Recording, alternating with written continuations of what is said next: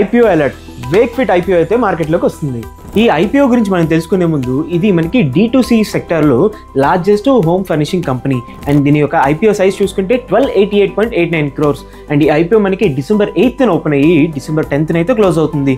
And ఇందులో offer for sale ఎంతో తెలుసా, 911.7 crores అండ్ రిమైనింగ్ చూసుకుంటే అది ఫ్రెష్ ఇష్యూ. సో ఇందులో మనం ప్రైస్ బ్యాండ్ చూసుకుంటే 185 రూపీస్ నుంచి 195 రూపీస్ మధ్యలో ఉంది. అంటే పెర్ లాట్కి 76 షేర్స్ అనమాట. ఈ ఐపీఓలో వచ్చిన ఫ్రెష్ ఇష్యూ ఫండ్ ఉంటుంది కదా, దాంతో 170 న్యూ స్టోర్స్ ఓపెన్ చేస్తారు. అలాగే ఎగ్జిస్టింగ్ స్టోర్స్కి రెంట్స్, ఫర్నిచర్, అలాగే ఇంటీరియర్స్ అయితే కొంటారు. అండ్ ఇందులో కొంత అమౌంట్ మార్కెటింగ్ మీద కూడా ఇన్వెస్ట్ చేస్తారు. మనం సోర్సెస్ ప్రకారం చూసుకుంటే ఫైనాన్షియల్ ఇయర్ 2024లో మనకి D2C సెక్టర్ ఉంది కదా, అందులో 100 crores ప్లస్ రెవెన్యూ చేసిన ఫస్ట్ కంపెనీ మనకి వేక్ఫిట్.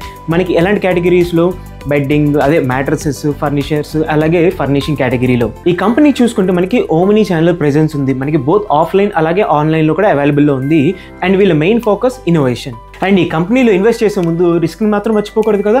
సో ఈ కంపెనీ పాస్ట్లో కూడా లాసెస్ రికార్డ్ చేసింది. అండ్ ఫైనాన్షియల్ ఇయర్ 25లో కూడా అరౌండ్ 35 crores లాస్ని అయితే రికార్డ్ చేసింది.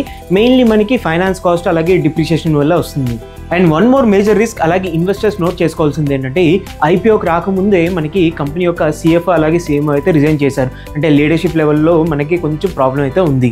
సో ఫైనల్లీ ఈ కంపెనీ యొక్క కాంపిటీషన్ చూసుకుంటే మనకి లిస్టెడ్ మార్కెట్లో ఓన్లీ షీలా ఫోమ్స్ ఉంది. అదే అన్లిస్టెడ్ మార్కెట్ చూసుకుంటే చాలా మంది కాంపిటీటర్స్ ఉన్నారు. డ్యూరోఫ్లెక్స్ అవ్వచ్చు, స్లీప్ ఆన్ అవ్వచ్చు, కర్లాన్ అవ్వచ్చు, ఐకియా ఇండియా అవ్వచ్చు, ఇలాగ చాలా మంది కాంపిటీటర్స్ అయితే ఉన్నారు. సో ఈ ఐపీఓ మీద మీ ఒపీనియన్ ఏంటి కింద కామెంట్స్లో చెప్పండి. అలాగే వీడియోని మీ ఫ్రెండ్స్ అండ్ ఫ్యామిలీతో షేర్ చేసేయండి.